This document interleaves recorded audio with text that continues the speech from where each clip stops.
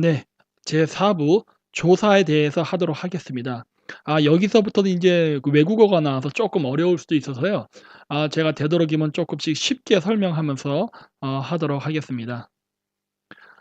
그 이 한국에는 은는, 이가, 을을 뭐 이런 식으로 각 그 조사들이 있죠, 격조사들이. 근데 이 격조사들이 그 몽골계 언어나 투르크계 언어에도 있습니다. 근데 이게 제가 쭉 보니까 그 한국의 단어나 아까 그 역사적 배경을 봤을 때는 투르크계의 성향이 한국에 강하다 그랬잖아요. 근데 또 언어적 성향으로 들어가 보면요, 또 몽골어적 성향이 더 강한 것 같아요, 제가 봤을 때는. 왜냐면 이 은는이가 해당하는 이 격조사들이 투르크계 언어보다는 오히려 몽골어에 더 가깝습니다. 자, 그래서 이 하나씩 보겠는데, 자, 은는 카자흐에는 일단 없습니다. 그리고 인제 몽골어에는 있는데 일본에도 있죠. 예를 들어서 "이것은 내 것이 아니다."라고 할 때 일본에서는 뭐 "고레와 와타시노 모노 데와 나이." 그래 가지고 와라는 걸 써요. 그걸 한국에서 은이라고 발음하고 하는데, 이 몽골어에서도 똑같이 은이라는 게 있어요. 이것이라는 것은 몽골 말로 엔입니다. 엔. 그래서 이것은 하면 엔은이에요. 엔은 그다음 내 게 아니다. 미니흐비시. 그래 가지고 미니흐 하는 게 내 것이라는 거고, 비시 이게 아니다예요. 이거 아닐 비자랑 관계 있는 한자입니다. 그 관계 있는 것 같아요. 그래서 엔은 미니흐비시 하면은 이것은 내 것이 아니다예요. 근데 여기서 또 어떻습니까? 은이라는 단어가 있죠. 그래서 이 은이라는 건 뭐냐면 일종의 강조예요. 뭐 여러 개 중에 하나. 예를 들어서 여러 사람이 학생인데 나는 예를 들어서 선생님일 때 "나는 선생님이다." 그럼 뭐예요? 여러 사람이 있을 때 그 경우에는 다른 사람은 뭐라도 나는 그거잖아요. 뭐 "나는 아니다." 뭐 "나는 결백하다." 이렇게 할 때 이런 식으로 뭔가 그 특정 하나를 강조할 때 쓰는 건데, 마찬가지로 몽골어에서도 그렇게 쓰인다는 겁니다. 그리고 이가 요거는 없는 것 같아요. 몽골어에 아주 없다고 할 수는 없는데 있기는 있는데 그 좀 우리가 쓰는 그 사용 용법이랑 좀 많이 벗어나서요. 저는 일단은 없다라고 지금 저는 판단을 했습니다. 비슷한 게 있긴 있어요. 근데 이 좀 여기서 설명하기 어려워지니까 제가 빼겠는데, 어쨌든 가가 있어요. 그래서 이게 "제가 하겠습니다." 그러면 와타시가 야리마스 그래 가지고 한국어, 일본어에는 양쪽에 다 가가 이게 있죠. 사실 한국에 가장 가까운 언어는 일본어예요. 그다음으로 이제 가까운 언어는 만주어로 추정이 되지만 제가 만주어를 모르는 관계로 뭐라고 설명은 못 하겠습니다. 어쨌든 이 가는 한국어, 일본어에는 있다. 그리고 을을 이게 나오죠. 을을. 이 을을은요, 여기 보면 어떠냐, 그 익이라는 단어가 있어요. 익. 몽골 말에. 그리고 그러니까 예를 들어서 나는 밥을 먹었습니다. 밥을 해서 을 하고 들어가죠. 이게 일본어에서는 오로 씁니다. 고항오 다베마스. 그래서 오, 오을 이런 식으로 나타나거든요. 근데 몽골에서는 이게 익이라는 단어로 해서 홀릭 이데흐 해 가지고 밥을 먹다라고 해서 익이라는 단어가 들어갑니다. 그래서 익, 을, 오 해서 뭔가 비슷하게 발음이 전개된다는 거를 알 수 있어요. 여기서도 카자흐어는 다릅니다. 그래 갖고 여기다 제가 포함시키지 않았어요. 그리고 어디로 간다."라는 말 많이 쓰죠. 근데 여기 그 집으로 갑니다. 그거를 일본어로는 이에니 가에리마 이에니 이키마스 그래 가지고 니를 쓰는데요. 이거는 왜 내가 리을하고 같이 그 니은자 발음을 연결시켜 놨냐면, 그 예전에 제가 1 편에서 얘기했죠. 그 발음표를 참조하라고. 니은, 디귿, 리을은 같은 발음 계열로 갑니다. 그렇기 때문에 니랑 한국어의 로는 같은 언어에서 변한 거예요. 자, 근데 몽골어 같은 경우는요, 그냥 로예요. 집으로 간다 그러면 게르로 야와흐 그래 가지고 게르 집, 로 어디 방향으로, 고 야와흐 하면 가다입니다. 그래서 게르로 야와흐 하면 집으로 갑니다예요. 똑같지요. 이 조사까지 똑같다는 건요, 굉장히 그 언어적 치연성이 가깝다는 겁니다. 자, 또 인제 어떤 수단이라는 게 있죠. 뭐 숟가락으로 밥을 먹습니다. 젓가락으로 뭐 반찬을 집습니다. 이렇게 이렇게 우리 수단으로 쓰잖아요. 마찬가지예요. 여기도 제가 저기 니은, 디귿, 리을 썼죠. 일본어 같은 경우는 그게 데입니다. 데. 뭐 엔피치 데 가키마스 하면 연필로 쓰다. 바스 데 이키마스 그러면은 버스로 갑니다예요. 그때도 이게 데가 나오는데 이거는 일본어의 한국어의 버스로 갑니다의 로와 데는 그래서 그 좀 멀지만은 관계가 있다는 거를 여기서 추정해서 알 수 있어요. 근데 이거를 몽골 말로 할 땐 뭐라 그러냐? 아프토부스하르 야와흐 해 가지고 아프토부스 버스라는 소리입니다. 아르라는 거는 어떤 그 수단, 방법을 뜻해요. 야와흐 가다. 그러니까 아프토부스하르 야와흐 하면은 버스로 갑니다예요. 근데 아르라고 돼 있잖아요. 우리는 로인데 예 다른 것 같지만은 다르지 않습니다. 왜냐하면은 우리 세종대왕의 훈민정음 보면 나란말싸미 균기게달아 문자와로 서로 삼았디 아니할세 그래서 문자와로 그래요. 그거 현대 한국말로 뭡니까? 문자로 서로 맞지 않아서 이런 말 아니에요. 근데 중세는 문자와로 그래요. 중세 조선의 와로는 뭐랑 가깝습니까? 지금 몽골의 아르랑 가깝지요. 그쵸? 그러니까 조선시대 때 한국의 언어는 어쩌면 몽골어랑 더 가깝지 않았을까라는 추정을 낳게 하지요. 자 그다음에 어디에서 왔다 출처죠. 그거 할 때 "한국에서 왔습니다." 그러면은 설렁거스 올사스 이르슨 그래 가지고 설렁거스 한국이라는 소리입니다. 울스라는 건 나라예요. 그러니까 설렁거스 울스 하면은 한국 그다음에 아스라는 건 어디로부터예요. 우리가 어디로부터라는 말도 있지만 에서라는 말이 있죠. 이 에서랑 아스는 벌써 발음이 비슷하지 않습니까? 그래서 아스 이르슨 에서 왔습니다예요. 발음 같죠? 그리고 이제 뭐뭐뭐의 소유격에 해당하는 거죠. 자 요거 인제 카자고도 비슷한 게 나옵니다. 제 이름은 할 때 이제 믿는 같음 카자고는 그래요. 그래서 응이라는 발음이 나와요. 그리고 말하는 아트에서 능 이런 식으로 두 개의 발음이 나옵니다. 요거 중요합니다. 자 이렇게 나오는데 몽골어에서도 비슷해요. 미니네르 해서 비에서 나의 하면 미니가 되거든요. 나의 할 때는. 그래서 니가 되고 그다음에 엄마 할 때 에지인데 여기서는 자음으로 끝났기 때문에 이를 붙여서 이인 해 갖고 에지인네르 해 가지고 어머니 이름 이런 식으로 해요. 그래서 보면은 여기서도 인, 니 이런 식으로 나오죠.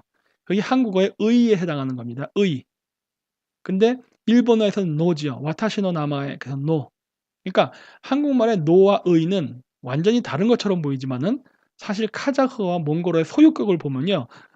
이응 계열의 발음과 니은 계열의 발음이 동시에 나타나는 걸 알 수 있어요. 따라서 이런 걸 봤을 때 한국어, 일본어가 북방기 언어에서 갈라질 때 각자 니은과 이응 계열의 발음으로 그 발음을 취하면서 소유격의 격조사의 발음이 변했다는 것을 알 수가 있습니다. 자 그래서 복자음. 그래서 아까 얘기했듯이 왜 그러면 아까 앞으로 돌아가 볼까요? 소유격에 니은 계열의 발음과 이응 계열의 발음이 있는데 왜 그러면 이런 것들이 이런 식으로 두 개가 이렇게 있다가 한국에서 각각 나눠지는 현상이 나타나냐? 내가 봤을 때 이게 원래 발음은요 복자음이었을 거예요 분명히. 그렇기 때문에 이런 현상이 나타난다고 저는 추정을 하는데 왜 그러느냐? 여기 아까 후민정음 나오죠? 여기 보면 지금 사각형 친 부분을 보십시오. 이상한 단어들이 이렇게 조합이 돼 있어요. '야 저걸 어떻게 발음해야 되지?' 이런 것들이 있어요. 바로 이런 발음들입니다. 이거 HWP나 그다음에 워드 프로그램 안에 들어가면 이러한 자음이 이렇게 배열된 것들을 볼 수가 있어요. 이거 오늘날 우리 이거 발음 못 하잖아요. 그러니까 저런 글자가 존재한다는 건 알아요. 왜냐 문헌에 나타나니까. 어떻게 발음할 거예요? 솔직히 저는 아이디어가 없어요. 그런데 이게 몽골에서는 쓰이고 있습니다. 그러니까 현재 한국어가 지금의 발음을 가지게 된 거는 우리가 근대화 과정을 일제 시대 때 겪었잖아요.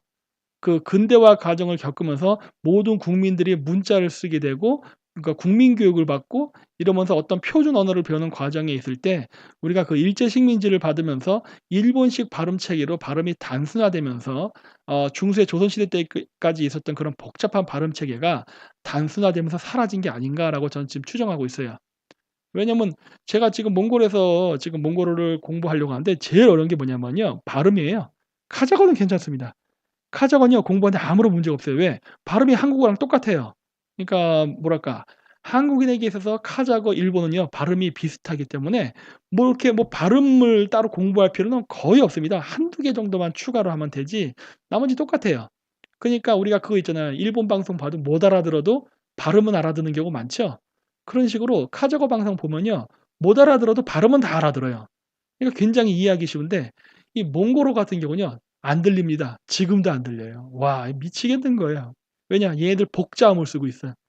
그러다 보니까 어쩔 땐 기역 발음처럼 들리고 어쩔 때는 희역 발음처럼 들리고 막 두세 개의 발음이 동시에 들리니까 이걸 어떻게 들어야 될지 또 어떻게 표기해야 될지도 굉장히 난해한 거예요. 그래서 이제 이런 걸 보고 느낀 게 '야 이거 몽골어를 갖다가 지금처럼 러시아 키릴 문자로 쓰지 말고 차라리 중세 후민정음으로 쓰면은 한국 사람들도 배우기 정말 쉽지 않을까.'라는 생각을 한번 해 봤습니다. 그래서 자, 이 복자음이 한국에도 약간 남아 있습니다. 그 근거들을 몇 가지를 제시할게요. 예를 들어서 한국말의 읽다, 책을 읽다죠. 이게 카자흐에서는 오쿠입니다. 오쿠. 그러니까 읽다와 오쿠는 닮아 있어요. 근데 몽골에서는 온시흐 해 가지고 비스무리한데 조금 다릅니다. 왜냐면 오쿠에는 기억인데 온시흐 할 때 시읒이 나와요. 일본말에서는 요모. 그래서 다 보면은 하나의 언어에서 온 것 같은 느낌은 드는데 뭔가 조금 달라요.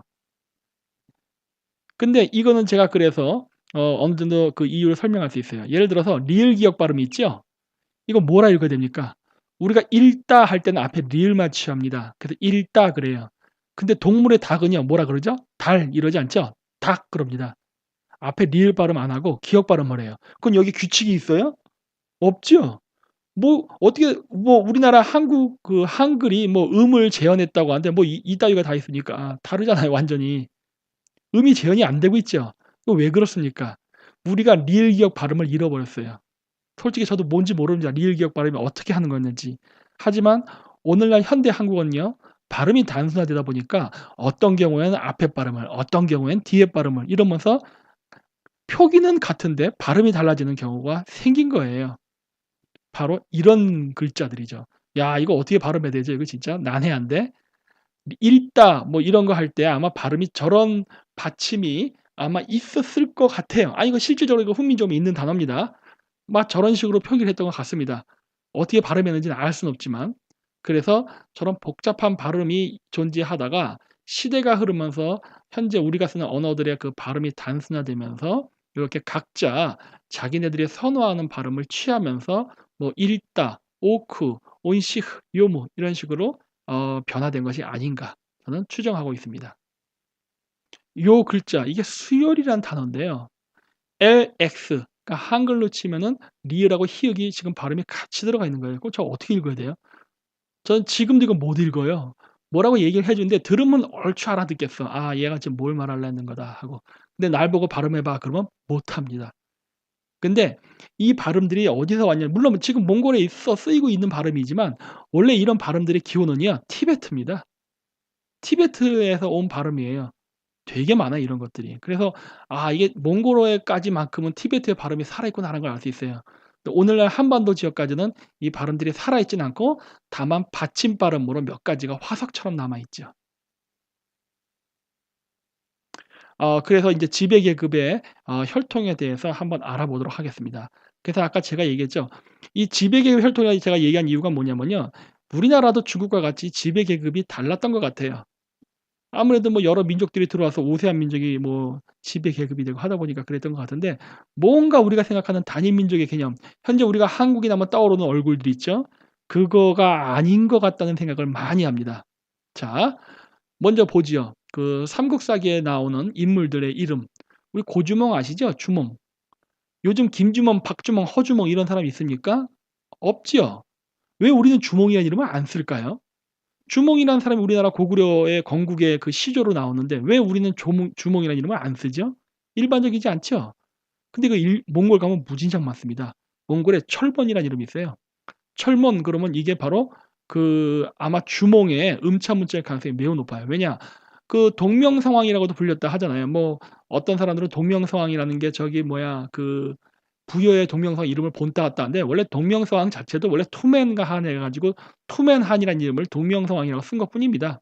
어쨌든 동명성왕에서는 뭡니까? 동쪽의 밝은 별의 왕. 그럼 뭐예요? 금성이지. 철문이 뭔지 아십니까? 금성이란 말입니다. 금성이라는 별의 이름인데 사람의 이름으로 써요. 철문이라고. 그리고 주몽은 추모라고 불렀다고 하는데 철몬이라는 이름의 애칭이 첨호예요. 똑같네 그러면. 그러면은 주몽이라는 이름은 몽골어 철몬이랑 관계가 있다는 것을 바로 알 수가 있죠. 유리왕. 유리왕은요. 누리 또는 누르라고 읽지요 그쪽에서. 그래서 누르라는 이름을 갖고 이름을 만드는 사람들은 북방 민족 중에 많았죠. 누르하치, 누르술탄, 누를란 뭐 이런 식으로 누르라는 이름 되게 많이 써요. 그러니까 이것도 이거 북방계 이름이네. 여러분 김누르라는 사람 봤어요? 물론 누리라는 이름을 쓰는 경우를 내가 봤어요. 요즘 한글 이름 할 때 뭐 박누리 이런 식으로 온누리. 그런데 일반적이지 않죠. 근데 이러한 이름들이 지금도 중앙아시아에서는 굉장히 일반적으로 쓰인다는 거예요. 그다음 고구려 3대 왕, 대무신 왕. 이거 그냥 태무진이죠, 태무진. 볼 것도 없죠. 그리고 근초고왕. 여러분 근초고왕 이름 이상하지 않습니까? 이 근초고왕 이름이 뭐였을까요? 그러니까 우리나라 그 국어학자가 찾아냈는데 근이라는 말은 한국말에 크다의 말과 관련이 있다 그러더라고요. 큰. 아하. 오케이. 저도 뭐 그럴 수 있다고 봐요. 그렇다면 초고는 뭐예요? 근데 초고에 대해서는 밝히질 못하더라고요. 그거는 짜잔 여기 있습니다. 저기 그 좀 뚱뚱한 남자 가수죠. 여기 두친 두라는 거는 노래를 뜻하는 거예요. 두친 친 노래를 부르는 자 즉 가수인데 초고라고 써 있죠. 사람 이름이에요. 근초고. 원래 초고라는 말은 우리가 뭐라 그러지? 아 이게 다말한 말밖에 생각이 안 나냐. 아 전구. 전구 밝기 얘기할 때 우리가 촉이라 그러죠. 몇 촉 몇 촉. 그쵸? 이 초고라는 말이 바로 그 촉이에요. 왜냐? 이 초고라는 말이 몽골 말로 빛이란 말이거든요. 광명. 그러니까 근초고왕이란 말은 무슨 말입니까? 거대한 빛이에요. 태양왕이라는 상징이 있죠. 그쵸? 그러니까 근초고왕이라는 건 뭐예요? 큰 빛의 왕, 태양왕 이런 의미입니다. 그러니까 여기도 몽골어조 요소가 있어요. 자, 또 볼까요? 고구려에 유명했던 왕 을지문덕. 을지라는 성씨 없지요. 우리나라에서는 이걸 앞에 것만 딱 따갖고 을씨라는 성씨가 있다라고 하는데 저는 그렇게 보지 않아요. 을지가 하나의 성일 것이라고 봅니다. 왜냐고요? 몽골에 있으니까. 을지씨가 그대로 몽골에 존재합니다. 지금도 제 친구 중에도 을지씨만 해. 을지바트, 을지바야르 뭐 이런 식으로 되게 많아요. 그렇다면은 을지문덕의 이 성씨도 몽골인들이랑 관계가 있는 거예요. 문덕? 모돈입니다. 이거는. 나무목. 우리가 묵돌선우라는 사람이 있어요. 흉노의 왕. 이 묵돌이 바로 몽골 발음일 때 모돈이라고 해요. 모돈. 이 모돈이 나무 목자랑 관계가 있는 단어입니다. 의미도 나무예요. 그래서 백제 왕씨들 중에 목씨들이 있었다고 하잖아요. 그 원래 그 목씨를 갖다 목으로 발음 안 하고 원래 모던이라 발음했을 거예요. 묵돌이죠, 묵돌. 그러니까 이게 흉노족의 그 귀족들이랑 상관이 있는 이름들이죠. 그리고 바보 온달, 온다르라고 있죠. 온다르. 이 부리아트족의 성씨입니다. 부리아트도 몽골의 그 친척계의 민족이에요. 여기 밑에 그림 있죠? 엥흐 온달. 뭐예요? 그 평화로운 뭐 온달? 뭐 어쨌든 뭐 그런 이름인데 이런 식으로 지금도 쓰인다는 거. 몽골에도 있고 그다음 부리아트에도 있습니다. 그리고 부르테자 이런 거 비료 얘기하죠. 베르. 베르라는 거는 뭐 카자흐로 하면 늑대라는 이름도 있고 실질적으로 이 이름을 그 사람의 이름에 쓰는 경우도 있어요. 몽골에도 보면 베르테라고 해가지고 그 베르라는 이름을 가지고 실질적으로 이름을 쓰거든요. 베르 있지 않습니까? 그리고 금화왕 큰모 갖고 그 다음에 고구려의 그 최초의 수도 이름 홀승골 이거 헙수고라고 이름 똑같잖아요. 이런 식으로 고구려랑 백제의 그 왕들의 이름이나 지명들을 보면요. 몽골어랑 매우 유사합니다. 그래서 제가 얘기했던 거예요. 고구려의 백제, 여제 연합은 끼리끼리 뭉친 거라고. 근데 또 아이러니하게도 이제부터 아직 신라가 아직 안 나오는구나. 고구려 먼저 끝낼게요. 이 고구려 관직명에도 보면은 이 뭐 대대로, 태대형 이런 식으로 태대, 대대 이런 글자들이 많이 나와요.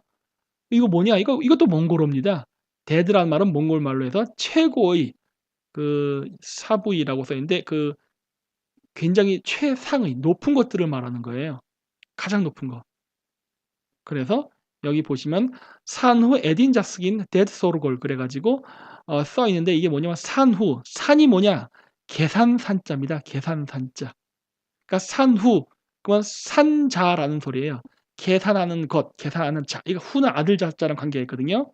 그래서 이게 뭐냐 그 북이라고 하나요? 회계 그런 거. 에딘자스긴이라는 건 경제예요. 그러니까 회계, 경제, 뭐 단과대학, 대소로 그래서 단과대학이에요. 그래서 그때도 이게 쓰입니다. 그게 태대형 할 때 태대, 대대 이런 것들이 바로 지금 몽골에서 쓰이는 대드라는 거죠. 여기서도 보면 또 몽골어 나오죠. 그러니까 고구려 백제언에서는요, 몽골어가 정말 많이 나옵니다. 자, 이제 그럼 신라로 넘어가 볼게요. 그 신라 가야는 어땠느냐? 조금 다릅니다. 얘네들이 조금 달라요. 이게 섞이긴 했지만 조금 달라. 예를 들어서 박혁거서의 어머니라는 파소 부인, 파소. 이거는 무당을 뜻하는 말인데 예를 들어 터키에는 파샤가 있습니다. 그 케말 파샤에서 아타투르크라고 나오죠. 그 파샤란 말은 원래 그 무당의 이름이에요. 그 파샤를 카자흐에서는 박수라 그럽니다. 우리나라에 박수무당이라고 부르죠. 그 박수. 그게 바로 카자흐의 박수예요. 바로 샤먼을 뜻합니다. 그리고 그 몽골에서는 박시라 부르죠. 근데 이 박스라는 무당은 조금 다릅니다.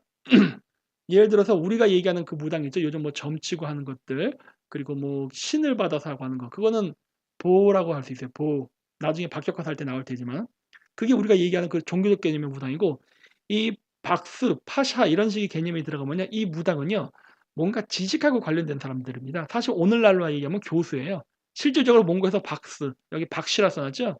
이 박씨는 교수란 뜻입니다. 몽골에서는 박씨가 교수예요. 왜?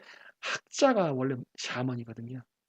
맨날 하늘의 별을 보고 하다 보니까 천문학, 관측학, 수학, 물리학 이런 것들을 발달시켰거든요.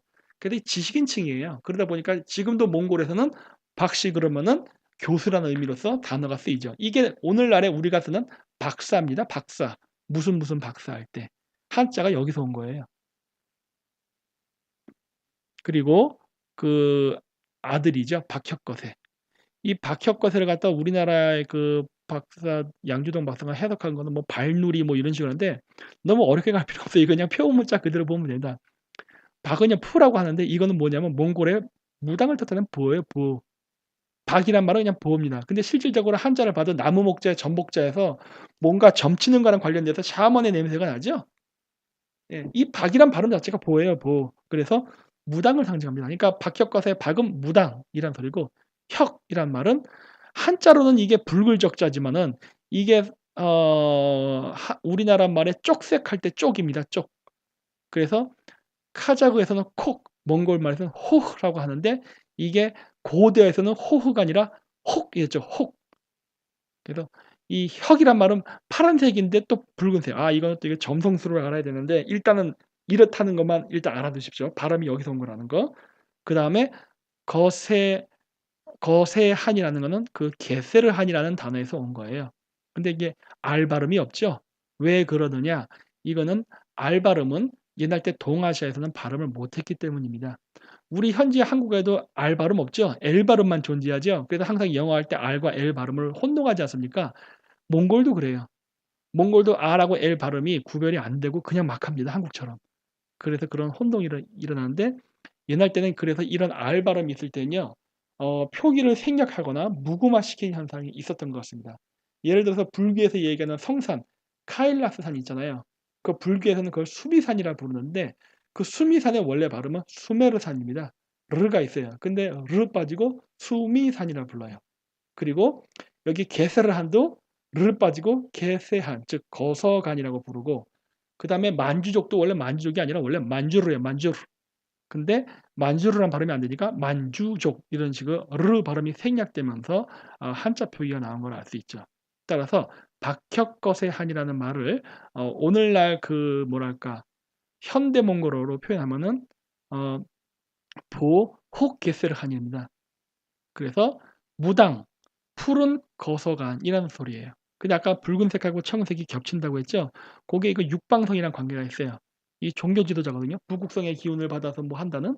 근데 이거는 지금 설명하려면 굉장히 복잡하니까 나중에 제가 그 샤머니즘 강의를 할 때 하도록 하겠습니다. 자, 그리고 또 아달라 왕이 있었죠.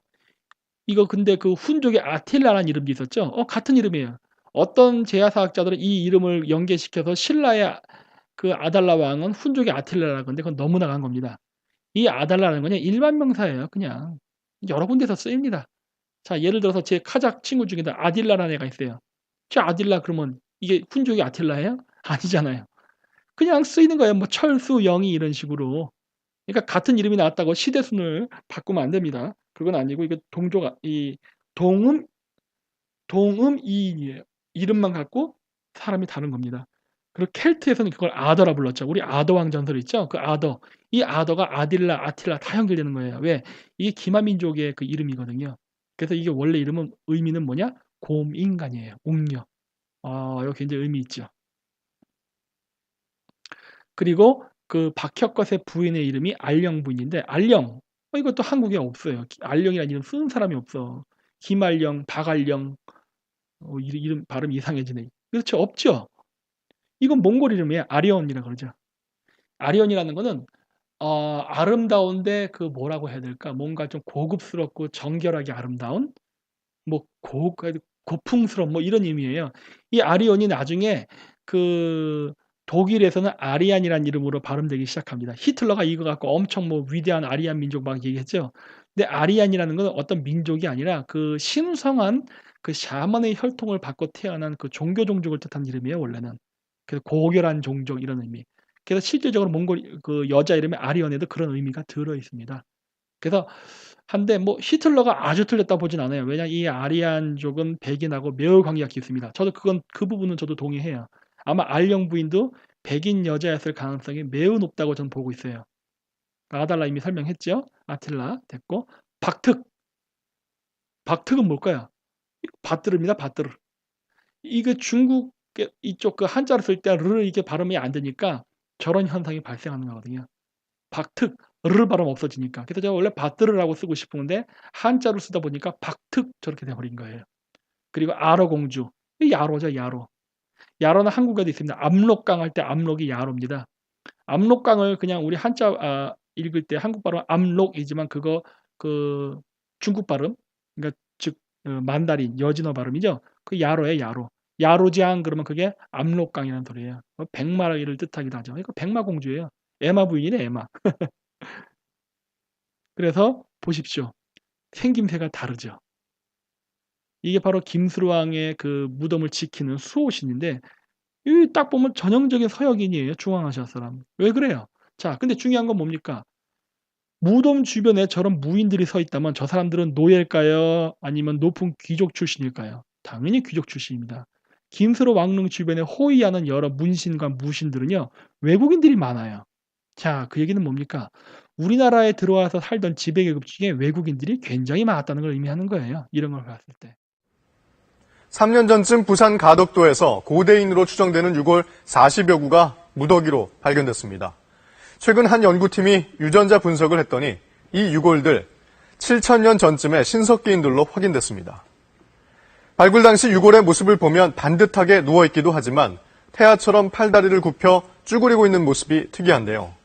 한반도에서는 발견된 적이 없는 굴장이라는 장례 풍습입니다. 장례와 생김새까지 특이한 이 신석기인들, 과연 어디서 온 걸까요? 박경호 기자가 보도합니다. 주변 지층과 유품으로 봤을 때 이번에 발견된 가덕도 유골들은 7,000년 전 이 땅에 살았던 신석기인들로 추정됩니다. 중앙대 연구팀은 1차로 유골 10여 구의 유전자를 분석한 뒤 전혀 예상 못한 결과를 얻습니다. 이들에게서 현대 한국인들에겐 없는 유럽형 유전자를 발견한 겁니다. 유럽 사람들의 특징 유전자가 우리 땅에서 나온 것은 이번이 처음입니다. 가덕도 집단과 현대 한민족, 현대 유럽인과의 관계를 결정하는 유전적 유형 관계를 확인할 수 있는 이런 중요한 정보를 제공할 수 있을 것이고, 또 가덕도 유골들의 독특한 매장 방식인 굴장은 독일에서 발견된 매장 방식과 비슷합니다. 이 때문에 한민족의 이동 경로에 대한 그간의 정설과는 다른 가능성이 제기됐습니다. 아프리카에서 기원한 인류가 중앙아시아 등을 거쳐 한반도에 이른 것으로 알려졌는데 유럽 민족과의 연관성이 새롭게 나온 겁니다. ist ein sehr, sehr guter Anlass, die Forschung in Korea weiter voranzutreiben, aber auch bei uns. Und vielleicht ist das eine gute Gelegenheit für zukünftige Kooperationen. 앞으로 추가 연구가 진행되면 한민족의 기원뿐 아니라 인류의 이동에 대한 비밀을 풀 수 있을 것으로 기대됩니다. KBS 뉴스 박경호입니다. 자, 보셨죠? 어떻습니까? 우리 그 한국인의 그 지배계급 중에는요, 외국인들이 무진장 많았습니다. 꼭 한국인만 지도자가 되는 게 아니에요. 우리나라는 민족주의적 민족 상한의 관점에서 고대사를 바라보니까 모든 걸 다 한국인으로 다 연계시키려고 그러죠. 뭐 단군, 뭐 한인, 뭐가 됐던 간에. 근데 저는 그렇게 보지 않아요. 우리나라 지도자 중에 외국인들이 상당히 많습니다. 그리고 왜 이런 일이 벌어졌을까요? 자, 보십시오. 이 그래프. 여기 스키타이라고 나오죠? 신라의 그 무덤에서 나온 그 유골의 DNA입니다. 그럼 이거 누구예요? 평민 아니죠? 우리 저기 그 경주에는 무덤에서 나온 거니까. 그 왕하고 귀족의 무덤의 DNA인데 스키타인이랑 똑같아요. 중앙아시아에. 벌써 이 사람들이 혈통을 알 수가 있죠. 골품제도 왜 했습니까? 자기들끼리 결혼하려고 한 거예요. 순혈통의 그걸 지키기 위해서. 근데 보십시오. 조선시대 때에는 조금 더 저쪽 왼쪽 위로 가고 현대 한국에는 좀 더 갑니다. 원래 우리 한국인의 외모가 점점 뭐라고 해야 될까? 동양스러워지네요. 원래는 서구적이었는데. 그쵸? 그러니까 제가 봤을 때 그래요. 한국 사람들이 서양인이랑 결혼하는 거 제가 봤을 땐 그건 잡종이 아니라 어떻게 보면은 우리나라의 본래의 모습으로 돌아오는 것 같습니다. 우리가 생각하는 한국인이란 이미지, 지금의 우리 얼굴, 옛날 때는 아니었다는 거죠. 오히려 고귀한 혈통을 가진 아리안이죠. 이 아리안 혈통의 사람들은요, 오히려 서양인의 외모에 더 가까웠어요. 그리고 왜 지배 계급에 이렇게 혈통이 섞인다든가 외국인의 DNA를 가진 사람들이 많으냐? 이거는 샤머니즘하고 관계가 있습니다. 제가 그 산문가 거기서 얘기했죠. 샤머니즘 세계에서는 왕위 계승을 어떻게 한다? 장자 계승이 아니라 천통 계승. 즉 어떤 제전을 통해 가지고 사람들을 뽑아서 그 섹스를 한 다음에 그때 태어난 아이들을 통해 갖고 하기 때문에 당연히 잡종이 생깁니다. 왜냐면은 샤머니즘에서 추구하는 건요. 그 우생학적인 관점이 있거든요. 보다 더 뛰어난 인종, 보다 더 뛰어난 사람이 태어나서 그 사회를 이끌어야 보다 사회가 더 진보되고 발전이 될 수 있다라는 사상이거든요. 인종주의학이에요. 그러니까 히틀러가 얘기했던 우생학이요. 아주 틀린 말은 아니에요. 샤머니즘에 그런 관점이 있습니다. 지금도 그 몽골 유목 민족들 같은 경우는 영리 목적이 아닌 경우에 영리 목적이 아니고 그냥 자기들끼리 그냥 그 뭐지 말이라든가 양을 키우는 사람들은요. 겨울에 그냥 밖에 내놓습니다. 그래서 추위에서 뒤지거나 말거나 알아서 생존하라 해요. 그러면 개중에 능력 안 되는 애들은 뭐 죽기도 하고 뭐 쫄쫄 굶다가 늑대에 잡아먹히기도 하죠. 그러면서 어떻게든 살아남는 애들, 그 아이들이 선택돼 가지고 다시 봄이 되면은 그 살아남은 가축들을 중심으로 해서 다시 또 키웁니다. 즉 뭐예요? 양육강식의 세계예요. 그런 식으로 혹독한 자연 환경 속에서 그렇게 우월한 유전자를 선택하지 못한다면은 자기들은 다 죽는다예요. 그래서 이러한 개념이 단순히 가축에게만 적용되는 게 아니라 그 인간 사회 내부에도 동일하게 적용됐습니다. 그런 것 중에 하나가 뭐냐면 바로 궁궐 문화 중에 그 하나인 내시 문화죠. 내시 문화 그것도 북방 민족의 문화입니다. 남방 농경 민족의 문화가 아니에요. 이 사람들이 북방 민족이 이 농경지대를 침략해서 점령한 다음에 그 정복 왕조를 세우고서 궁궐에서 살았잖아요. 그래서 뭘 했느냐? 그 궁궐에 있는 여자들은 다 황제가 아닙니까? 조선시대 때도 그랬잖아요. 무술이 이런 것들 다 그냥 왕과 아닙니까? 세종대왕은 한 뭐 80명이 부인이었다면서요. 그게 뭐냐면요. 어 뭐랄까 그러면서 궁궐 안에 있는 남자들은 전부 다 거세시켰다고 했잖아요. 이거 왜 이런 일을 했느냐? 이것도 마찬가지 유목민의 풍습이에요. 유목민들 그렇게 예를 들어 양을 키울 때 뭐 수컷 양이 100 마리, 암컷 양이 100 마리다. 그러면은 걔네들이 1 대 1로 짝짓기 할 것 같습니까? 천만에 만만합니다. 수컷 양 100 마리가 청소년쯤 돼서 인제 발정기가 될 때쯤 되잖아요. 그러면은 목동이 봐 가지고 신체 건강하고 튼튼한 양만 남겨 놓고 나머지 그 남자 수컷 양들은 전부 거세해 버립니다. 그 새끼를 낳을 권리조차 주지도 않는 거예요. 우월한 수컷만이 새끼를 낳게 할 수 있는 자격이 있다예요. 그래서 그렇게 우생적인 수컷이 그 짝짓기를 해서 새끼를 낳고 이렇게 증식하는데 겨울이 되면은 또 어떻게 해요? 밖에 내놔. 죽으라고. 죽으라고 내는 게 아니죠. 버티라고 내는 거죠. 그러면은 막 그 눈을 파헤치고 그 속에 있는 뭐 풀을 찾아서 뜯어먹고 이런 식으로 엄청나게 혹독한 추위를 막 죽으면서 버티죠. 그 생존한 애들 중에도. 그러면 또 남으면 그 남은 양들을 가지고 다시 또 유목을 시작하는 거예요.